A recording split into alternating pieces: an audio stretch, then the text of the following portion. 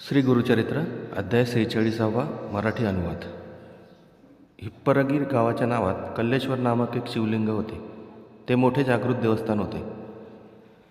तेथे एक नरहरी नावाचा ब्राह्मण शिवलिंगाची पूजा अर्चा करीत असे. तो मोठा उत्तम कवी होता. तो रोज 5 कविता करीत असे.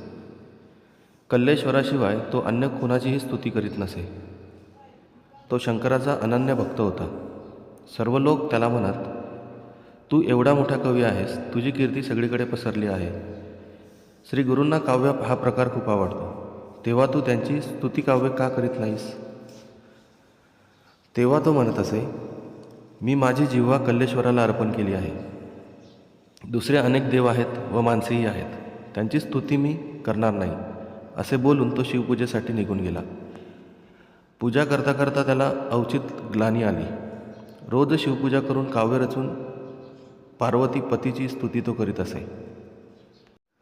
पण त्या दिवशी त्याला खूप झोप आली. तो देवळातच निजला असताना त्याला एक स्वप्न पडले. त्यात त्याला दिसले की शिवलिंगावर श्रीगुरू बसलेले आहेत आणि तो त्यांची पूजा करीत आहे. शिवलिंग दिसतच नव्हते, श्रीगुरूच दिसत होते व ते त्याला विचारित होते, अरे तुझी मनुष्यावर भक्ती नाही ना, मग तू माझी पूजा का करतोस? मग तो थोड्या वेळाने जागा झाला आणि विचार करू लागला आणि त्याला आश्चर्य वाटले. श्री गुरु हेच शिव, तेच अवतार घेऊन आले आहेत. आपण उगीच त्यांची निंदा केली व त्यांना कमी लेखले. हेच सद्गुरू आहेत यात शंका नाही. त्यांची भेट घेतलीच पाहिजे असे मनाशी ठरवून लगेच तो श्रीगुरूंच्या भेटीसाठी गेला. त्यांना पाहताच त्याने श्रीगुरूंसमोर लोटांगण घातले. त्यांचे चरण धरले व म्हणाला, महाराज, माझ्या मनात अज्ञानाचे सावट चढले होते, त्यामुळे मी आपले खरे स्वरूप ओळखू शकलो नाही. तरी मला आपण क्षमा करावी. परंतु आता तुम्हीच साक्षात शंकर आहात याची मला खात्री पटली आहे. तुमच्या दर्शनाने मी धन्य झालो आहे.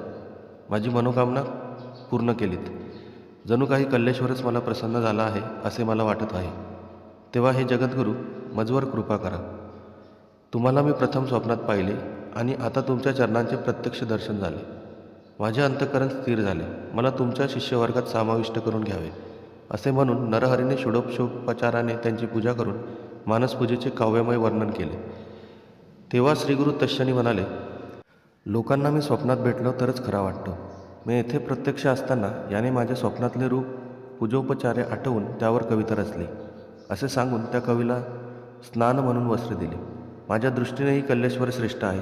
तू त्यांचीच नित्यसेवा कर, मी तेथेच आहे असे श्रीगुरू म्हणाले. तेव्हा नरहरी म्हणाला, तुम्हीच माझे कल्लेश्वर, तुम्हीच त्रैमूर्तीचे अवतार आहात. तुमचे पाय आता सोडायचे नाही असा माझा निर्धार आहे. अशी स्वामींची प्रार्थना करून तो गाणगापुरातच श्रीगुरूंच्या सेवेसाठी राहिला. अवधूत चिंतन श्री गुरुदेव दत्त.